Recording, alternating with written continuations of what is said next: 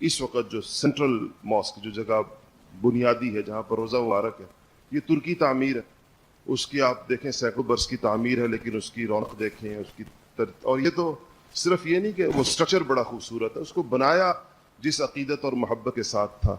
یہاں پر کسی قسم کی ہیمرنگ یہاں پر نہیں ہوئی, مسجد نبوی کے اندر کوئی چیز ٹھوکی نہیں گئی, یہاں ہر چیز باہر بنا کر لا کر یہاں پر اتنی خاموشی کے ساتھ لگائی گئی کہ سلطان عبدالحمید کا یہ وہ تھا کہ نبی کریم صلی اللہ علیہ وسلم یہاں آرام فرما ہے, اس سے یہاں پر شور شرابہ نہ اس مسجد کے اندر, اور کیسے قرآن پڑھا جاتا رہا اور 24 گھنٹے جب تک تعمیر ہوتی تھی اور پڑھنے, اور جو لوگ تعمیر میں حصہ لے رہے تھے وہ ان میں حافظوں کی کتنی بڑی تعداد. پھر پورا قرآن جیسے اس کے گنبدوں کے اوپر لکھا گیا ہے, اگر آپ کبھی دیکھیں وہ سارے گنبدوں میں الف لام میم سے لے کے والناس تک پورا قرآن دنیا کی خوبصورت ترین کیلیگرافی جو ایک خود ایک بہت بڑی ایک نمونہ ہے دنیا میں دیکھنے کے لیے کہ چھتوں پر جو کام اس پر ہوا.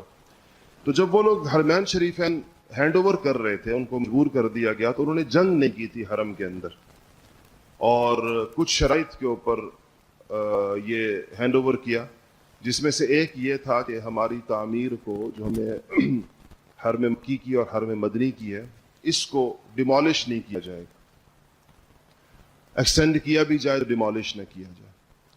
تو وہ بین الاقوامی معاہدہ ہے, ظاہر بات ہے کہ اس زمانے میں انگریزوں کا دور تھا تو انہی کی نگرانی میں, انہی کی خواہش کے اوپر اور انہی کی آشیرواد سے یہ سب کچھ ہوا تھا. اس معاہدے میں انہوں نے کیا کہ ٹھیک ہے اس کو ڈیمالش نہیں کریں گے. اس لیے مسجد نبوی آپ دیکھیں تو پرانی مسجد اپنی جگہ پر قائم ہے, اس کے بعد ایکسٹینشن اتنی ہو چکی ہے کہ وہ اس سے شاید 100 گنا بڑھ چکی ہے مسجد, لیکن پرانی مسجد جس کو قدیم مسجد نبوی کہتے ہیں وہ اپنی اسی عمارت کے ساتھ موجود ہے. اور یہ جو قبلے کی دیوار ہے, یہ آواز شاید نہیں جا رہی تو اوپر کے اسپیکر کو,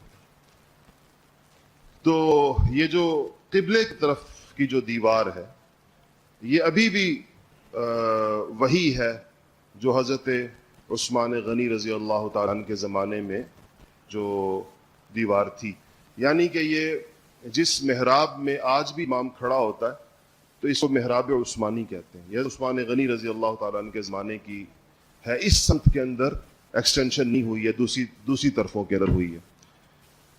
تو ایک تو اس پر میں نے کہا کہ جو حرم کا پرانا جو حرم تھا, حرم مکی خاص طور پر, اس میں ترکوں نے ایک بڑا کمال یہ کیا تھا کہ بڑے اہم تاریخی واقعات کو یا جو تاریخی نسبتیں تھیں اس کو تعمیر کے اندر سمو دیا ہے.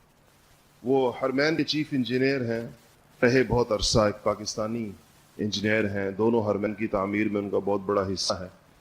تو وہ ایک لفظ کہتے ہیں کہ ترکوں کی تعمیر میں تعبیر ہے, یعنی اس تعمیر کے اندر بہت ساری چیزیں ہیں جس کو وہ سمجھ سکتے ہیں جن کو بتایا جائے. جیسے مثال کے طور پر حضرت ام ہانی جو رسول اللہ صلی اللہ علیہ وسلم کی چچزاد بہن تھی, حضرت علی کی بہن تھی, آپ ان کے گھر تشریف لے کے جایا کرتے تھے. تو جہاں معراج کی رات بھی آپ وہیں پر تھے, وہیں سے تشریف لے کر گئے تھے, تو جہاں آپ نماز پڑھتے تھے ان کے گھر کے اندر, تو وہ گھر تو حرم میں آ گیا, حرم مکی میں آ گیا. اس جگہ کو وہ جگہ محفوظ تھی جہاں آپ جس مصلی کے اوپر کھڑے ہوتے تھے, جہاں پر ان کے گھر کے اندر. تو جب اس گھر کو ڈیمالش کر کے حرم کے اندر شامل کیا جا رہا تھا تو اس جگہ پر ایک ستون بنایا گیا, آج بھی ہے, اور وہ ستون مصلی کی شکل کے اندر اس طرح ایک یوں ہے, پھر اس طرح ایک جس طرح مصلی ہوتا ہے. اور وہ اس بات کی نشانی تھی کہ یہ ام ہانی کے گھر میں وہ جگہ ہے جہاں رسول اللہ صلی اللہ علیہ وسلم نے نماز پڑھنے کی, جہاں پر آپ کی احادیث میں آپ کا وہاں نماز پڑھنا, اس میں پسینے کا بہنا, ام ہانی کا اس پسینے کو جمع کرنا, یہ روایات موجود ہیں. لیکن اب جو کہ چیزیں ہل گئی ہیں تو اس لیے شاید عین اس کو لوکیٹ کرنا تو مشکل ہو. یہ جو دار الندوہ ہے یہ بھی اس جگہ آ گیا جہاں پر پرانا ترکی برآمدہ تھا, بلکہ اب آپ آج کل اگر کہیں تو دار الندوہ مطاف میں آ چکا ہے.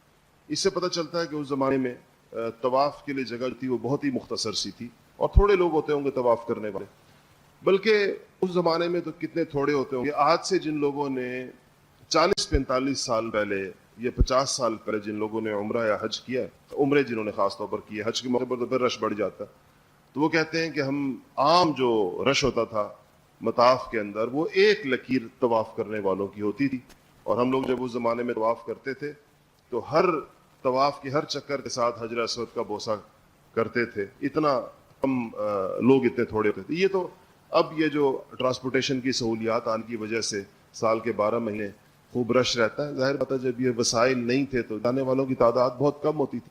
عمرے کا رواج تو دور دراز سے بہت ہی کم تھا، خاص لوگ جاتے تھے، اور حج پر لوگ جایا کرتے تھے، وہ بھی زندگی میں ایک ہی دفعہ جاتے تھے۔ تو وہ دار الندوہ جہاں پر تھا اس جگہ ترکوں نے اپنی تعمیر کے اندر سیاہ پتھر کے ستون لگائے تھے، سیاہ رنگ کے 3 ستون تھے۔ ہم اس جگہ دیکھا اس زمانے میں جب یہ برآمدہ ہلایا نہیں گیا تھا، اب اس کو ہلا کر پیچھے کر دیے، تو وہ 3 ستون تھے، اور اس کا رنگ سیاہ اس لیے پسند کیا گیا یا اس لیے اس منتخب کیا گیا کہ یہاں پر ان کے جو سیاہ فیصلے تھے، بعض خاص طور پہ رسول اللہ صلی اللہ علیہ وسلم کو شہید کرنے کا جو فیصلہ تھا، اس کی یہ گویا کہ ایک تعبیر تھی۔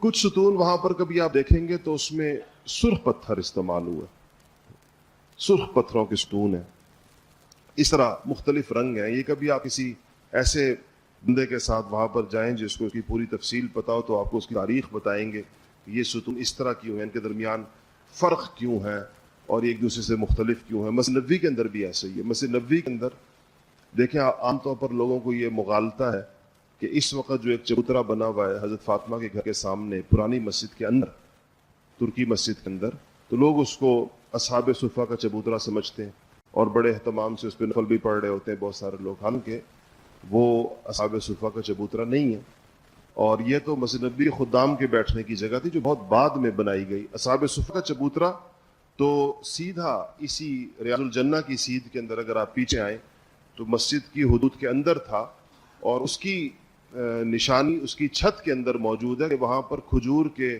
خوشوں کے اور پتوں کی کا وہ بنایا گیا ہے، اسٹرکچر بنا ہوا ہے، تو اس میں کوئی اور علامت زمین پر نہیں ہے اس کی جس سے انسان اس کو پہچان سکے، اس کو چھت سے انسان پہچان سکتا ہے کہ وہ کون سی جگہ تھی جہاں۔ تو یہ ان لوگوں نے تعمیر کے اندر یہ چیزیں رکھی ہیں، اور اس کا ذوق رکھنے والے لوگ اس کو پہچانتے ہیں۔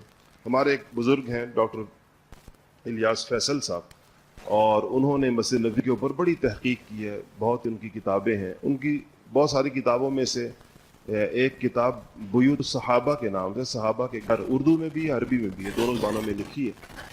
اس میں انہوں نے مسجد کے اطراف میں صحابہ کے گھروں کو لوکیٹ کیا، اور بڑی دلچسپ ہے نقشوں کی مدد سے۔ ان میں سے بہت سارے گھر تو اس وقت پرانی مسجد کے اندر ہے، جیسے ابوبکر صدیق کا گھر ہے، حضرت عباس کا گھر ہے، اور ازواج مطہرات کے حجرے ہیں۔ کون سا کام پر تھا؟ اس وقت تو آپ کو صرف 2 گھر ملتے ہیں، یعنی آپ پہچان لیتے ہیں۔ ایک تو عائشہ کا گھر ہے، ظاہر نبی کریم صلی اللہ علیہ وسلم کا روزہ مبارک ہے، عائشہ کا گھر ہے، ہر ایک کو پتہ ہے۔ اور اس کے دوسری جانب وہ حضرت فاطمہ الزہرا رضی اللہ تعالیٰ عنہا کا گھر ہے، وہ جو سبز رنگ کی جالی ہے بڑی ساری پوری، یہ ان 2 گھروں کے گرد تو ہے۔ تو یہ تو معلوم ہے، باقی گھر کہاں پر تھے اس کو بہت بڑی یہ سرچ ہے، اس کے ذریعے سے طے کیا کون سا گھر۔ اس کو اگر انسان پڑھے پھر مسجد نبوی میں گھومے تو اس کو ایک تیسرے گھر کا آپ کو اندازہ لگ سکتا ہے، اور وہ ہے حضرت عباس کا گھر، کیونکہ اس کا پرنالے کا نشان اوپر چھوڑ دیا گیا، اس کے ساتھ ایک بہت بڑا واقعہ چونکہ منسلک ہے۔ تو وہ بھی خیر، عرض میں کر رہا تھا کہ قصی نے دار الندوہ بنایا، تو وہاں پر تمام بڑے فیصلے کرنے کی اس کو جگہ بنایا۔ ایک انسٹیٹیوشن اور تھا جس کو لوا کہتے ہیں۔ لوا آپ کہہ لیں کہ جو جنگ کا پرچم، کہ جب جنگ کا فیصلہ ہوتا تھا تو ایک جھنڈا بنایا جاتا تھا، اور اس جھنڈے کو باندھنے کا ایک عمل تھا، ایک آفیشل اعلان ہوتا تھا جنگ کا، اور وہ اس ادارے کو کہہ لیں یا اس کام کو لوا کہا جاتا تھا۔ تیسری چیز جو تھی وہ حجابت تھی، اور یہ خانہ کعبہ کی خدمت سے متعلق چیزیں تھیں۔ خانہ کعبہ کا غلاف ہو گیا، خانہ کعبہ کا دروازہ کھولنا بند کرنا، اس میں کسی کو جانے دینا یا نہ جانے دینا، خانہ کعبہ کے لیے خاص طور پر جو ڈونیشنز آتی تھیں پوری دنیا سے، لوگ جو چیزیں لاتے تھے، اس کی ساری مینجمنٹ، یہ ایک باقاعدہ ادارہ تھا۔ ایک ادارہ سقایا کے نام سے تھا، اور سقایا کا مطلب ہے ظاہر ہے پانی پلانا. تو حاجیوں کو جب آتے تھے تو یہ صحرا تھا اور پانی کا جو واحد ذریعہ تھا وہ زمزم تھا, اور اس کے علاوہ کوئی زیادہ چشمے نہیں تھے حجاز کے اندر, اس جگہ مکہ کے اطراف کے اندر کوئیں نہیں تھے زیادہ. تو پانی کے لیے ایک بندوبست کیا اور اس کے لیے باقاعدہ ایک ادارہ بنا, اس کے حوض بنتے تھے, اسے پانی کو جمع اسٹور کیا جاتا تھا, اور پھر حاجیوں کے اکرام میں اس میں کشمش اور کھجوریں ڈال کر اس پانی کو میٹھا بھی کیا جاتا تھا. تو یہ بھی ایک خدمت تھی جو قریش کے مختلف قبائل کے حوالے کی انہوں نے. اور ایک ادارہ رفادہ کے نام سے بنایا جو کھانا کھلانے کا, حاجیوں کی خدمت کا ایک تھا. بہت سارے لوگ ایسے ہوتے تھے جن کے پاس زیادہ راہ کم ہوتا تھا اور وہ بہت مشکلات سے حج کے لیے پہنچ تو جاتے تھے, لیکن ان کے پاس مکہ کے قیام کے دوران اپنے کھانے پینے کا بندوبست نہیں ہوتا تھا. ویسے بھی اگر آپ اس دور کے اعتبار سے سوچیں تو ہوٹلز کا کوئی رواج نہیں تھا کہ وہاں ہوٹل ہوں گے, لوگ ہوٹلوں میں کھانا کھائیں گے. اور یہ کھانے کی چیزوں کو بالکل ہی جو کھانا میں خاص جو کھانے پینے کی براہ راست چیز ہے تو کھجور ہے, وہ تو تجارت کی چیز تھی بہرحال, لیکن ویسے کھانا بیچنا جو ہے یعنی روٹی بیچنا یا کٹا ہوا گوشت بیچنا, یہ عربوں کے جو مزاج کے خلاف تھا. یہ اس کو اچھی چیز نہیں سمجھتے تھے, وہ سمجھتے تھے کہ یہ ایک ایسی بنیادی چیز ہے. اب انسانیت نے ترقی کی ہے تو پانی بھی بکتا ہے اور ہر چیز بکتی ہے, ورنہ کھانے کی کو بیچنے کی بجائے اس کو مفت کھلانا اور اس کو عادت سمجھا جاتا تھا اور لوگ اس کے اہتمام کرتے تھے.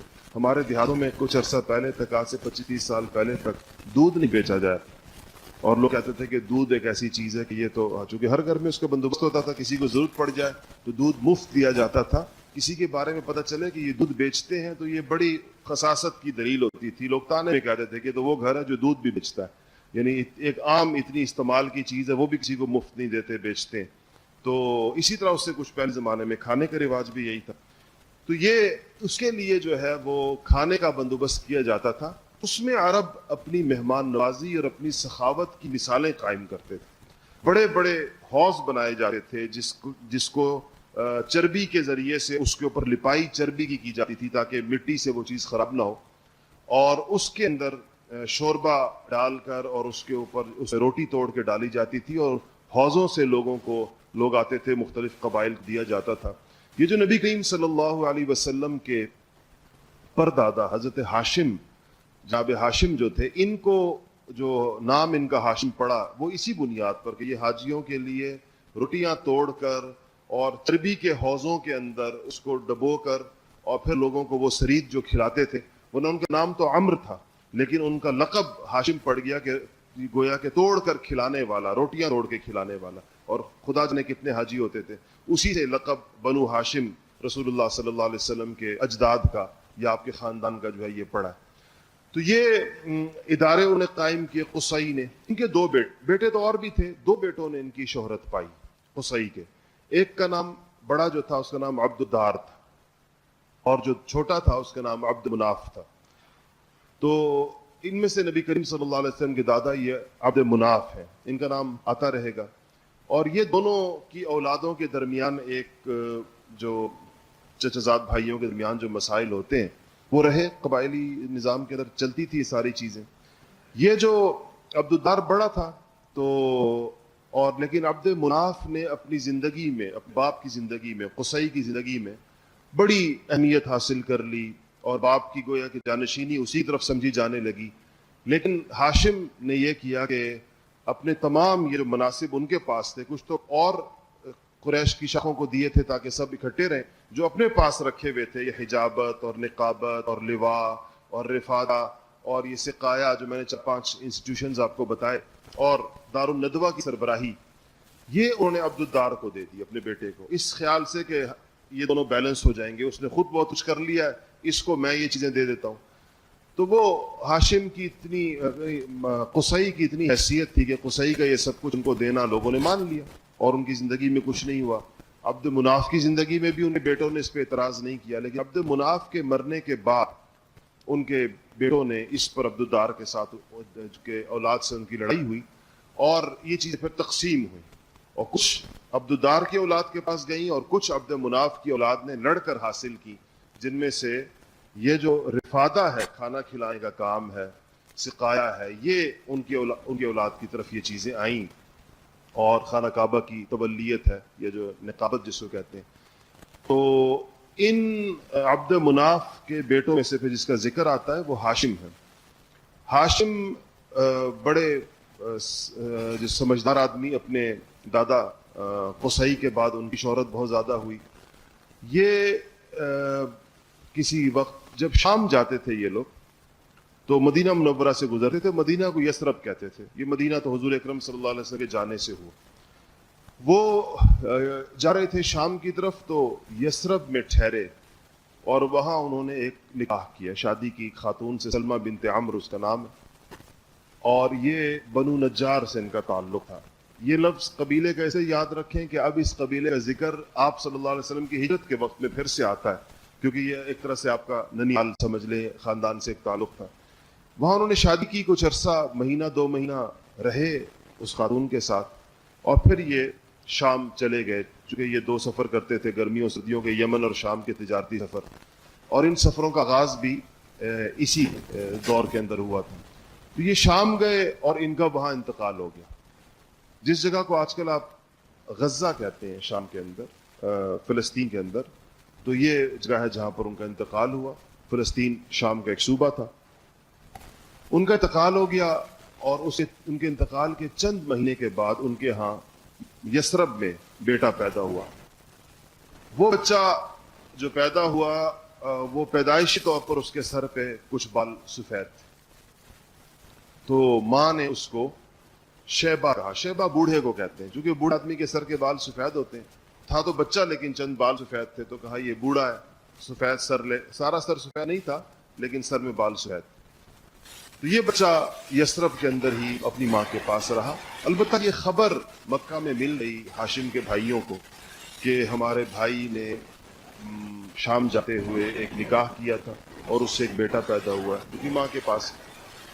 جب یہ بچے کی عمر کوئی 10-12 برس ہوئی تو ہاشم کے بھائی تھے جن کا نام مطلب تھا، یہ بھی عبد مناف کے ہی بیٹے تھے. ان کو خیال آیا، جیسے قبائلی عربوں کا مزاج تھا کہ جو نرینہ اولاد ہے اس کے اوپر ایک دعویٰ ہوتا ہے، تو وہ اس کو لینے کے لیے یثرب گئے، اپنے اس بھتیجے کو لینے کے لیے، مطلب اپنے بھائی ہاشم کے بیٹے کو لینے کے لیے جس کا نام شیبہ. تو جب وہ وہاں گئے تو یہ ان کو یثرب سے باہر ہی کھیلتے ہوئے مل گئے. عربوں میں کچھ خصوصیات تھیں، جیسا ان کا حافظہ بہت زیادہ مضبوط تھا. ان کا قیافہ، فیس ریڈنگ جس کو کہتے ہیں، بہت زیادہ مضبوط قیافہ تھا. یہ انسان کو دیکھ کر اس کے حسب نسب کا اندازہ بہت جلدی لگا لیتے. اور عجیب اس میں کارنامے ان کے تاریخی کتابوں کے اندر لکھے ہیں. پاؤں دیکھ کر باپ کا اندازہ لگانا، انگلیوں کے پوروں سے نسل کا اندازہ لگانا، خاندان کا اندازہ لگانا، چہرے کے نقوش سے. تو یہ جو مطلب نے جب باہر یثرب سے باہر بچے کھیل رہے تھے مضافات میں کسی میدان میں، ان بچوں میں انہوں نے اپنے بھائی ہاشم کے نقشے پہچان کر ایک بچے سے کو بلایا یا اس کو قریب کیا اور اسے پوچھا، تو ان کو پتہ چلا کہ واقعی اتنا یہ تیز ان کی وہ تھی. پہچان لیا، اس سے کہا کہ میں تمہیں مکہ لے جانے کے لیے آیا ہوں، اور ان کے باپ کا کچھ تعارف کرایا. 12 سال کا بچہ تھا. اس نے کہا کہ میں ماں کی اجازت کے بغیر نہیں جاؤں گا. یہ اس کو لے کر مدینہ آ گئے. اس کی ماں سے ملے تو ماں کہاں چھوڑتی ہے کہ بچہ، وہ بھی مرحوم شوہر کا. تو اس نے کچھ پس و پیش کیا خاتون نے. تو انہوں نے اس کو ہاشم کا تعارف کرایا اور کہا کہ یہ ایک بہت بڑے باپ کا بیٹا ہے، یہاں گمنامی کے اندر یہ یتیم بچہ پل رہا بڑھ رہا ہے، میں تو اس کو اس کے باپ کی عزت اور اس کی حکومت اور اس کی وجاہت کی طرف لے کے جا رہا ہوں. اس کو ایک تعارف حاصل ہوگا کہ یہ ہاشم بیٹا ہے. اور تو اس پر اس کی ماں نے جب بیٹے کے مستقبل کو دیکھا کہ یہ تو اس کے لیے بڑا فائدہ مند ہوگا، تو اس کو اجازت دے دی کہ ان کو لے جائے. یہ اس کو اونٹ پر بٹھا کر شیبہ کو اپنے ساتھ مطلب مکہ میں داخل ہوئے. عام لوگوں نے جب دیکھا تو انہوں نے سمجھا کہ یہ غلام خرید کر لائے. یہ بچوں کو کوئی نہیں جانتا تھا، تو مدینہ میں یثرب میں پیدا ہوا تھا. تو لوگوں نے کہہ دیا کہ مطلب کے ساتھ ایک غلام ہے اور اس کا نام ہے عبد المطلب، یعنی عبد کہتے ہیں غلام، یہ مطلب کا غلام. حالانکہ مطلب ان سگے چچا. اچھا، انہوں نے کہا، لوگوں کو بتایا کہ بھائی یہ غلام نہیں ہے، میرا بھتیجا ہے، میرے بھائی ہاشم کا بیٹا ہے. لیکن زبان خلق پر ایک نام جب چڑھ جاتا ہے تو چڑھ جاتا ہے. جیسے ہمارے ہاں مائیں بچپن کے اندر کسی کو مٹھو کہہ دیتی ہیں تو بیچارہ 40 سال 50 سال میں مٹھو ہی ہوتا ہے. اور وہ بیچارہ بہت لوگوں کو کہتا رہتا ہے کہ میں مٹھو نہیں رہا، وہ تو بچپن میں مٹھو تھا. لیکن لوگ اس کو اسی نام سے پکارتے ہیں. تو ان کا نام بھی بس عبد المطلب، جو دو چار لوگوں نے دیکھتے ہی کہا تو وہ عبد المطلب ہی پڑ گیا. اور وہ اپنے اس کے بعد مطلب کا انتقال ہوا تو یہ جو سربراہی یا سرداری ہوتی تھی یہ صفات کے ساتھ اس کا تعلق ہوتا تھا. سمجھداری چاہیے، مشورے کے اندر ایک اچھے مشورے کی. اس کے بہت حد تک مثال اگر آپ میں سے کسی نے قبائلی معاشرت کو دیکھا ہو کسی درجے کے اندر بھی، یا کوئی خاندان برادری کی پنچایتوں کو آپ نے دیکھا ہو، تو وہاں آپ دیکھا ہوگا کہ وہ لوگ جن کے اندر کسی مسئلے کو حل کرنے کی صلاحیت ہو، جھگڑے چگانے کی اور نمٹانے کی صلاحیت ہو، سخاوت ہو مزاج کے اندر، خرچ کر سکتے ہوں، 50 100 70 بندہ جمع کر کے ان سے بات بھی کر سکتے ہوں، ان کو کھلا پلا بھی سکتے ہوں. تو سربراہی ایسے لوگوں کے ہاتھ میں آتی ہے، چاہے بے شک وہ چھوٹے بڑے کا فرق اس میں کم ہو جاتا ہے. 5 بھائی ہوتے ہیں لیکن خاندان کی سربراہی چھوٹے بھائی کے پاس آ جاتی ہے، صفات اس میں زیادہ ہوتی ہیں. تو باوجود اس سے کہ مطلب کی اپنی اولاد بھی تھی، لیکن ان کے بعد مکہ مکرمہ کی جو سربراہی تھی، یا یوں کہہ لیں کہ ان اداروں کی جو سربراہی تھی یا اس میں ایک عزت تھی، وہ یہ جناب عبد المطلب کو ملی، جو رسول اللہ صلی اللہ علیہ وسلم کے دادا تھے، حضرت عبداللہ کے بیٹے تھے. ان کے ساتھ 2-3 واقعات کا تعلق ہے، اس کا حضور کے عہد کے ساتھ تعلق ہے. میں اس کا بہت بالاختصار اس کا ذکر کر لوں. ایک تو یہ ہوا کہ ان سے جو بڑا تاریخی واقعہ ان سے وابستہ ہے وہ یہ کہ زمزم کی دریافت دوبارہ سے اثر نو وہ ان کے ہاتھوں ہوئی. ان خواب آیا تھا جس میں ان کو زمزم کا کنواں، جو میں نے آپ کو گزشتہ درس میں بتایا کہ بنو خزاعہ جب جا رہے تھے مکہ مکرمہ سے، بلکہ جب ایک طرح سے نکالے جا رہے تھے، تو انہوں نے زمزم کے کنویں کو بند کر دیا تھا اور خانہ کعبہ کی کچھ چیزیں بھی اس میں ڈال دی تھیں. کوئی ہرن تھے، کچھ اور خانہ کعبہ کی چیزیں تھیں، سونے کے ہرن تھے، کسی بادشاہ نے بھیجے تھے خانہ کعبہ کے لیے. اس طرح کچھ اور خانہ کعبہ کے تبرکات تھے، وہ اس کنویں کے اندر ڈال دیے اور کنویں کو پاٹ دیا. اور جس طرح صحرا میں آپ نے دیکھا ہے کہ اگر کسی چیز کا نشان مٹا دیا جائے تو پھر نہیں نظر آتا، ساری طرف ریت اور پتھر ہی پتھر ہوتے ہیں. تو وہ ان لوگوں کو یہ تو پتہ تھا کہ ایک زمانے میں یہاں زمزم تھا، کیونکہ یہ تو ایک ایسا جیسا لوک داستان ہوتی ہے، قصے ہوتے ہیں، باپ دادا سے سنتے ہیں.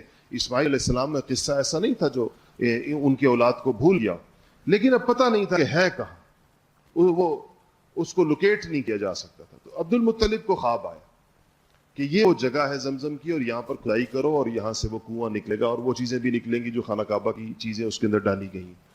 تو انہوں نے چاہا کہ لوگوں کو کہا کہ آؤ کھدائی کریں. بعض روایات میں آتا ہے کہ لوگوں کو کہا، بعض میں آتا ہے کہ کسی کو نہیں کہا، تنہا اس میں لگے.